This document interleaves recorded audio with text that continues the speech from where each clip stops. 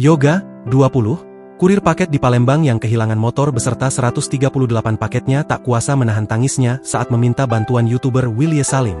Wilye Salim datang langsung ke rumah Yoga di Palembang untuk memberikan segepok uang yang juga akan dibelikan sepeda motor baru.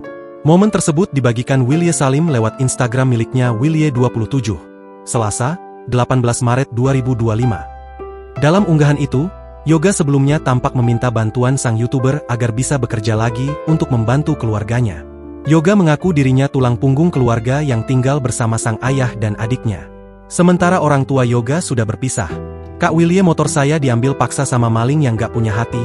Saya cuma kurir paket, tulang punggung keluarga, orang tua saya sudah berpisah. Bapak saya sudah tua Kak Wilye, adik saya masih sekolah, saya bingung harus gimana lagi. Saya gak minta iPhone atau apapun, saya ingin bisa kerja lagi," kata Yoga. Wilye Salim pun terenyuh mendengar pernyataan Yoga, hingga akhirnya ia mendatangi kediaman Yoga di Palembang. "Gila, kasian banget ini bulan puasa loh, kok ada orang yang gak punya hati, gak takut dosa masuk neraka apalagi yang ditindas orang kecil," kata Wilye Salim.